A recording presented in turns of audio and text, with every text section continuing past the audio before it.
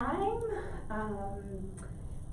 is public comment, and just so you know, I want to remind everyone we have 30 minutes for public comment, and we are still receiving public comment online.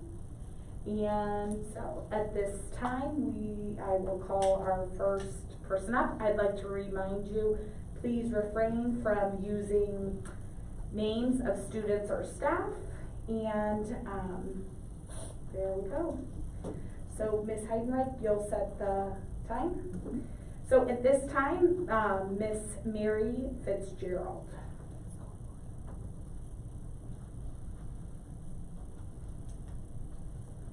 Good evening. My name is Mary Fitzgerald. I live in Kirkwood. I'm a parent here. I'm also a disability advocate. I'm on several committees in the school district. One of the most important to me is the Equity Committee. Another important committee to me is the Parent Advisory Council. So as you may or may not know, students in this school district are served by the special school district. And there's a group of parents that are here to advise administrators in this district about parent concerns. We listen to our kids. We listen to other parents. And we share those with you, and we share those with administrators. A couple of years ago, Dr. Bailey had a really wonderful committee where we were able to come and communicate and talk about our concerns. And what I've noticed is that hasn't happened in the last couple of years. We really need that to come back. We really need that to happen again. There are students in this school district. I know of one student who's a freshman in high school, a virtual student, who has received 0 special ed minutes in 2 months. It feels like this school district did not plan for students who needed to be virtual this semester, students with disabilities. I really feel like getting more input from us, maybe having a survey. I've been a parent here for 6 years. I have never ever experienced being surveyed about anything regarding special school district by Kirkwood.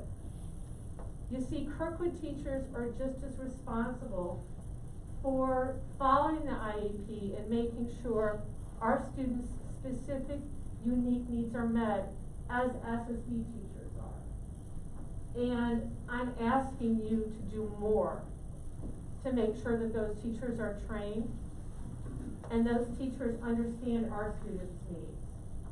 And I'm asking for you to do more to listen to parents about what our concerns are and what our experiences are. I specifically want to talk about math. I specifically want to talk about the lack of supports for students in math in this school district. There's no system to track a student who has math issues, a math disability. A student can be passed on year to year to year and be behind, can be at the 5th percentile in math as a high school freshman and be expected to do algebra, and then to fail algebra and nothing is done. That's what happens in this district. If 5% of students have dyscalculia on average in a population, that means 300 students in this school district have a really serious math learning disability. There is no systematic approach in this school district to help those students. I can say this, I have personal knowledge of this. I can say as someone your time is up. With a math disability, it really matters to help our kids. Thank you. And just as a reminder, that the board president and superintendent will follow up. So the next patron is Miss Kristen Ray. Right? Did I say that? Ray. Ray. Good evening. I am a parent of a Westchester student. I listened to the February school board work session, and I want to say I'm really glad to have the opportunity to learn about the Kirkwood School District's curriculum and library media selection policies. It was really helpful to hear school administration and staff describe these policies in detail. I found out that Kirkwood teachers are directly responsible for designing the curriculum as compared to other school districts where maybe this is outsourced. And I'm very thankful, again, that we have this resource in our teachers who work so hard to do this. And it's nice that they're able to pour their experience back into the curriculum. Their knowledge of their students, the feedback that they get from parents and students, to constantly evolve how they're designing the curriculum and how they're working with our kids, and take everything they learn from our community and work it right back in to maximize the learning experience of all Kirkwood students. I think that's wonderful.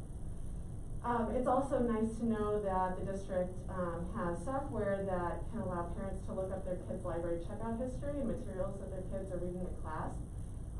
Again, what a wonderful opportunity. That parents can better understand what their kids are learning. They can have better informed conversations with their kids about their schoolwork that, you know, might go a little better than, hey, what'd you do at school today? Oh, nothing. You know, I really think this is a great tool that parents have available to them in the Kirkwood School District. And it again brought home how, you know, how hard that the teachers and administrators are working to make the curriculum transparent, to make it enriching and equitable for all students. I felt really glad to learn all this.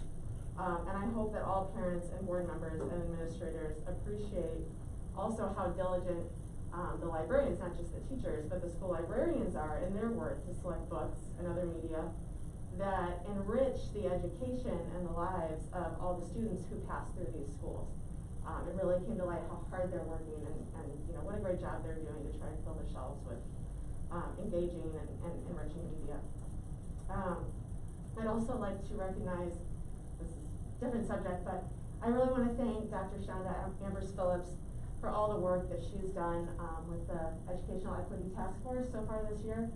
That was a new experience for me as well, being involved in that. I've learned so much. She's really doing excellent work to help the district meet its strategic plan goals with regard to equity. I think she's doing a fantastic job, and I just wanted to say that I'm really happy with all of her work, and I'm so excited to be involved in that group. I feel like we're doing good things. Thank you. Thank you. Next is Mr. Scott Sifton.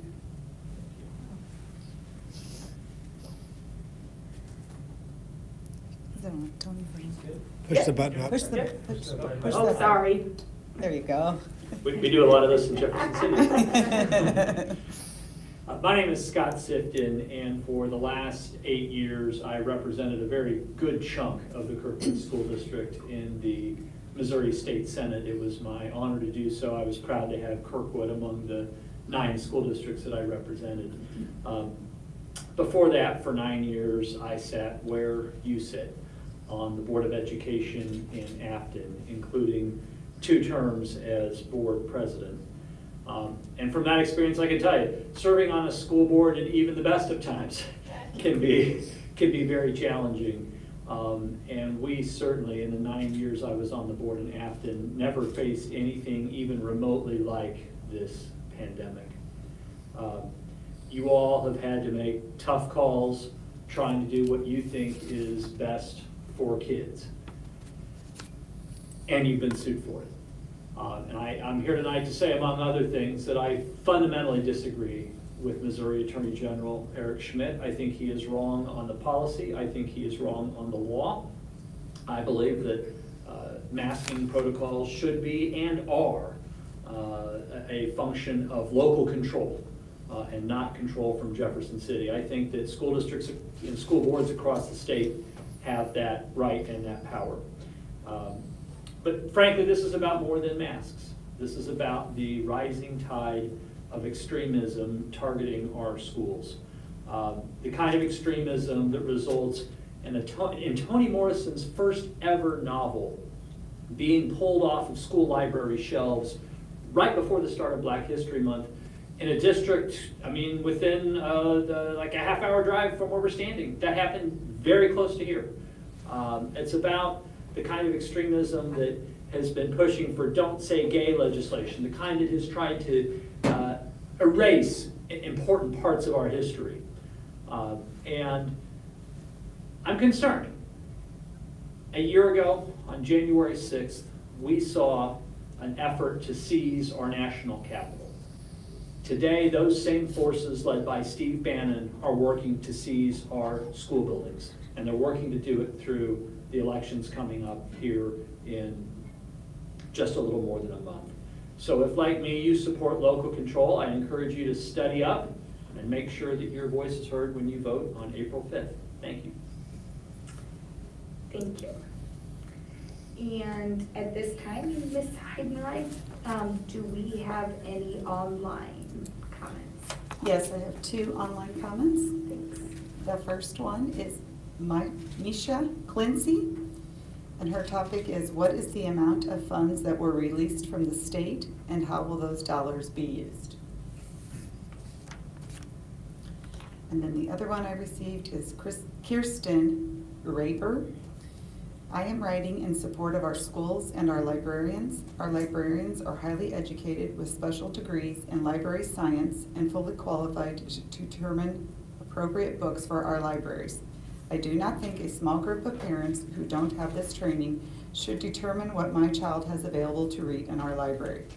If there is a book they don't want their child to read, they can have a conversation with their child to discuss why and not allow them to read it. Our children deserve seeing books in our libraries that reflect them and their interest, and our librarians are beyond qualified to meet this need. And that's it. Okay, thank you, Ms. Heidenreich. Okay, at this time, moving on to 4.02, I need a motion and a second to approve the agenda for February 28th, 2022.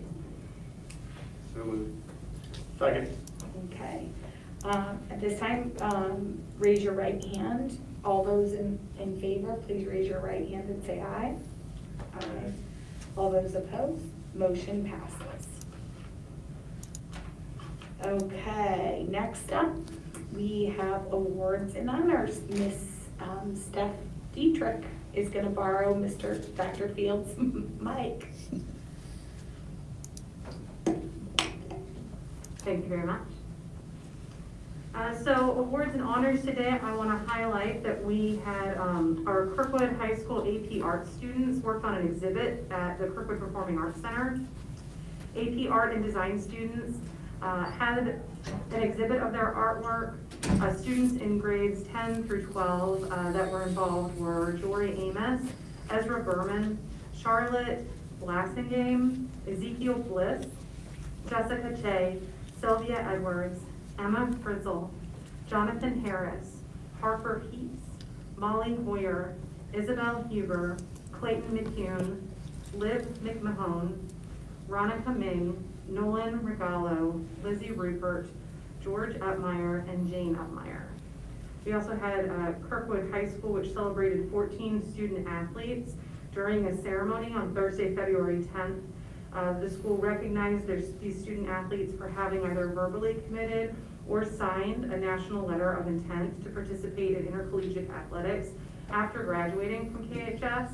The student athletes, their sport, and the college or university that they will attend are Grace Hoop, who will play basketball for Webster University, Jane Upmeyer, who will be rowing for Clemson University, Alyssa Dennis, who will be swimming for Colgate University, Alina McCarthy, who will be playing lacrosse at Wartburg College, Brooke Kittner, who will be playing soccer at Coastal Carolina University, Aiden Troop, who will be playing baseball for Bethany College, Ryan Loudenslager, who will be playing lacrosse for Drury University, Adam Gates, who will be playing football for Washington University, St. Louis, Diego Guzman, who will be playing soccer at Truman State University, Darius Jones, who will be playing football at Missouri Baptist University, Jack Shanahan, who will be playing baseball for Jefferson Community College, Cameron Paul, who will be playing football for Southeast Missouri State University, Finnegan Mulvaney, who will be diving at Drury University, and Xavier Austin, who will be playing football at Missouri Baptist University. We also had a Kirkwood High School senior selected for the Missouri Thespian Scholarship. Senior Lizzie Sheen was announced as the recipient of a $1,000 scholarship from the Missouri Thespian Society. Lucy was announced as a recipient during the 2022 International Thespian Society Conference in January. After graduating from KHS, Lucy plans on attending college to pursue a degree in musical theater, political science, and education. 7 Kirkwood High School students were recently selected as New York Times Learning Network 2021 Student Narrative Contest finalists. The contest encourages students to submit short, powerful stories about a meaningful life experience in 600 words or fewer. Over 11,000 entries from around the nation were submitted by students aged 11 to 19. Of those entries, 200 students were announced as New York Times Learning Network 2021 Student Narrative Contest finalists. 7 of those were Kirkwood High School juniors. They are Sim Kanuja, runner-up for An Angel's Eyes; Lindsey Braun, round 4 finalist for Slamming Doors; Michael Mix-Collier, round 4 finalist for A Basement Ballad; Caroline Geeting, round 4 finalist for The Blue Bear; Grace Johnson, round 4 finalist for Floor Duty; Charlotte Spohr, round 4 finalist for Friday Night Fears; and Liv Timp, round 4 finalist for How Not to Get Your Car Stolen. These students wrote their essays as part of the Kirkwood High School AP Language and Composition class. And finally, we want to recognize that Dr. Liz Grana, Director of Instruction and Professional Learning, earned her doctorate in Educational Leadership from Lindenwood University. The title of her dissertation was Culturally Responsive Teaching Practices and the Preparation of Pre-Service Teachers. So congratulations to Dr. Grana. Thank you, Ms. Dietrich, and there's a lot to celebrate and be proud of. That's exciting stuff. At this time now, 6.01, it is Superintendent Reports, Financial Transparency Dashboard. Dr. Ulrich. Thank you, President Andrews. As the board is well aware, as part of our strategic plan, one of our guiding principles was transparency. And part of our annual strategic plan goals was to be more transparent in the reporting out of the district's finances. And one of the ways that we're doing that is a financial dashboard that we have put together, and will go live, as the link will be live as soon as this evening. And so Mr. Romay and Ms. Dietrich, I know you guys have both put a lot of work into this. Mr. Romay, I believe you're going to kind of walk us through the dashboard and what the board and what our public can expect. Yes, thank you and good evening. First, I'd like to thank Ms. Dietrich and her team for putting this together. She did all the work. I just supplied the numbers, so thank you. It looks great. As Dr. Ulrich said, the purpose of it is to increase financial transparency and really just to make it easier for our community to find this financial information. So what this information is financial information that we thought was most relevant. It's consistent with what we see that other districts put on their website. And we did talk to our Budget and Finance Committee about this, and they agreed that we included everything that should be included. The one thing that they said they'd like to see is fund balance projections, and so we are going to try to incorporate that. We just had to figure out how to kind of fit it in there, but it is something that we plan to do. So really, I'll start at the top and go across. First is our enrollment, and you see our current enrollment, 5,860 students. And the reason why this is on a financial dashboard is because it affects our state funding, it affects our expenditure budget, and it also affects or impacts our facilities. So it's important that we track our enrollments for future planning. Next is the per pupil expenditures. This is how much we spend on an annual basis per pupil. It's as of 2021, so that's the most recent period that we can track this information. And you see that we're at about $12,300 per student, and below that is the county average. And this comes from DESE, the Department of Elementary and Secondary Education, and the county average, we're really close to the county average, just a little bit above it. Next is our residential property tax rate. Again, this is the residential property tax rate, $3.58, and below that you see what that cost is for an average home in Kirkwood. Average home being $350,000. the property taxes is $2,381. Next is our bond rating. We have a very high bond rating, AA+ from Moody's. And this is what's used when our bonds are rated. It affects our interest rates. And below that you see our outstanding general obligation bond debt, $58.6 million. That does include Prop R bonds that we just recently passed. That middle section is expenditures, and we will update this monthly. That first chart on the left-hand side is the operating expenditures. And if on the website, if you hover over these bar graphs, you can see the exact amount that these represent. And so we show the expenditures year to date compared to budget. And then next to that, you have all the other funds that we have. So maintenance, technology, debt service, and so forth. And then that pie graph all the way to the right in the middle, that just shows kind of how our expenditure budget is divided up. And so you see that most of it, $46.2 million, that red section, that's our teaching staff. So most of our budget goes to teaching. Then we have support staff, admin staff, and then everything else, supplies, services, equipment, which is about 18% of our budget. At the bottom is revenue. So again, on the left, you have operating revenue year to date compared to budget. Next to that, you have all the other funds that we have in the school district. And again, the other funds, they have a dedicated purpose for those funds. They come with a dedicated revenue source and a purpose for how those funds have to be spent. And then next to that, you see that kind of donut-shaped graph shows the breakdown of our revenue, with most of it being property taxes. That's the red section at about 79%. Well, Mr. Romay, thank you so much, and Ms. Dietrich. It's always nice to see two departments kind of work together to make a great product. At this time, board members, do you have any questions for Mr. Romay or Ms. Dietrich? Ms. Bernardi? Thank you, Ms. Andrews. Thank you, Mr. Romay, Ms. Dietrich.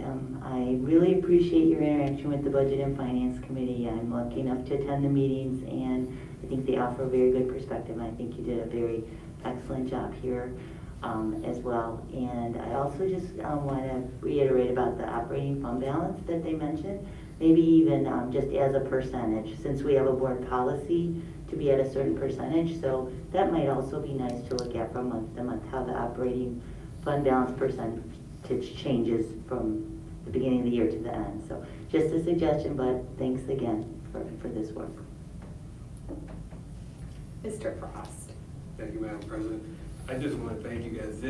It's amazing. This is the definition of financial transparency. It's exactly what we can show our community right there. They don't have to hunt for anything. It's right there that they can click on and find. It's perfect for what we need to be showing our community. So thank you guys so much for working so hard. Okay, any other questions? Okay. Again, just want to thank you, and this is good for our community. So, okay, moving on now to the approval of the consent agenda items for February 28th. I need a motion and a second. So moved. Okay. So all those in favor of approving the consent agenda, please raise your right hand and say aye. Aye. All those opposed, motion passes. Okay, now Mr. Romay, this is where I've gotten tired and forgotten to. Okay, so I need a motion and a second to approve the financial statements as presented for January 2022. So moved. Second. Okay, now at this time, Mr. Romay, please present this.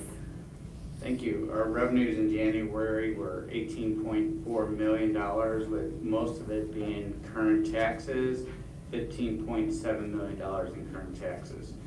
And that's pretty typical. We receive most of our property tax revenues in December and January. And through January, the collection rate was 86.5% compared to 84.4% last year.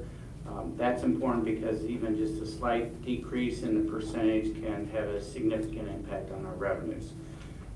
Operating expenditures in January were $5.5 million.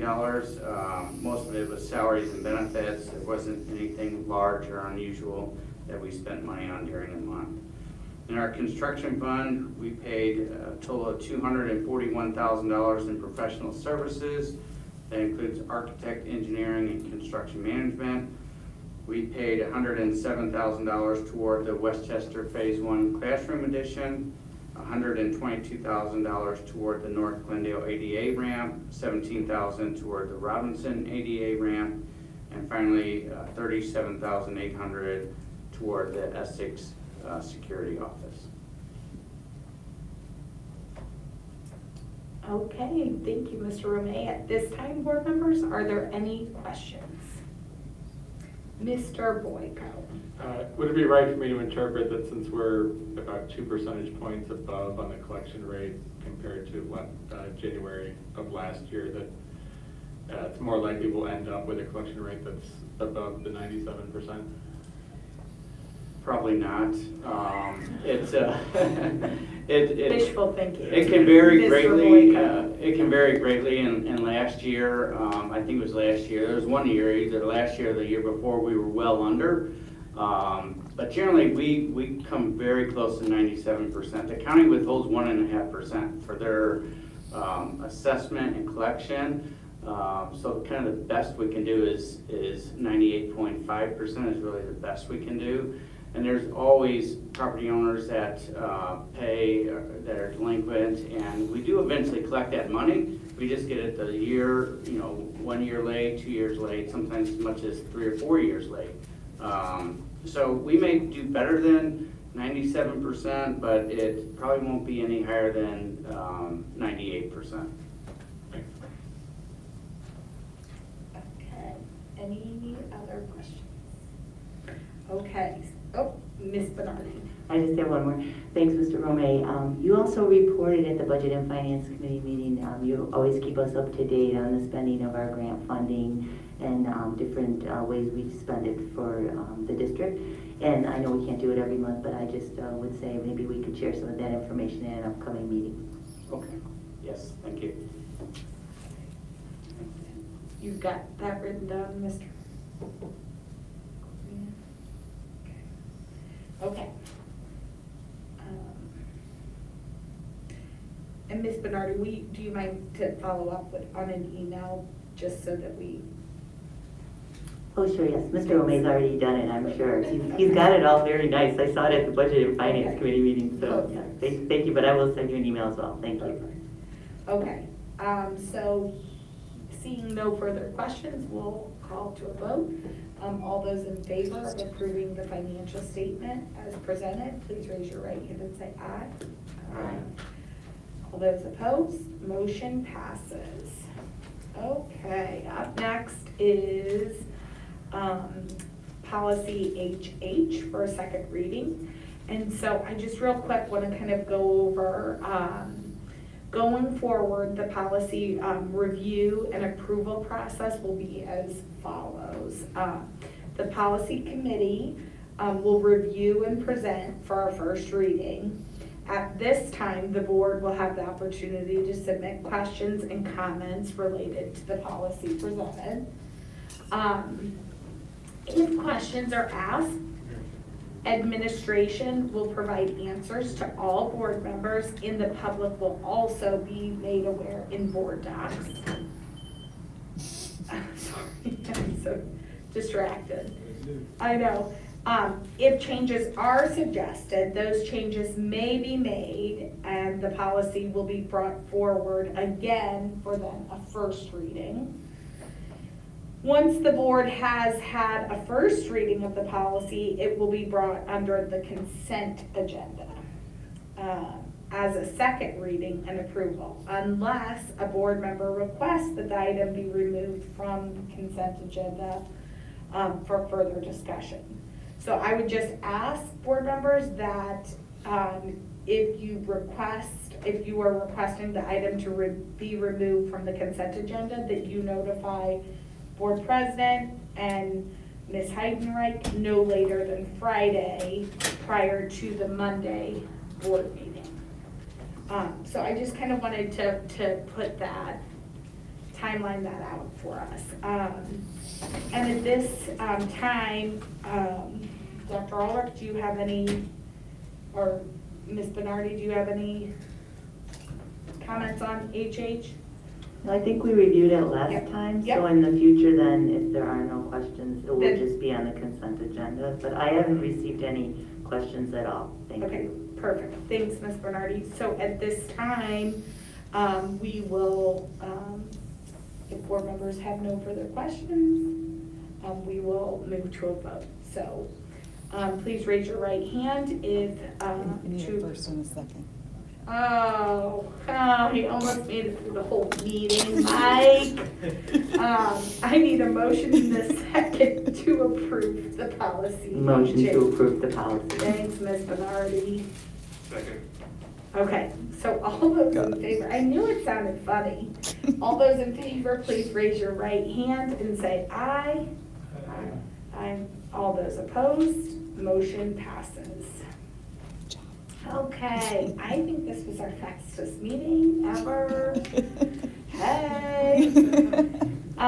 So future events, we have the League of Women Voters Board Candidate Forum on March 3rd at 7 o'clock at Keating Theater. And then March 11th is the end of the third quarter. March 14th, we have a Board of Education meeting. The March 21st through the 25th is spring recess. The district will be closed. March 28th is a staff development day. No school for students. And then school resumes on March 29th.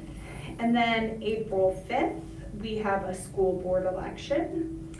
And then April 11th, we will have a board reorganization meeting. And then April 25th, we will have a Board of Education meeting.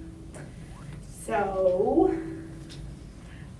I call this meeting adjourned, but as we did not complete closed session earlier, board, I need a motion to return to closed session for the purpose of personnel, 610.021, subsection 3 and 13, and negotiations, 610.021, subsection 9, by roll call vote.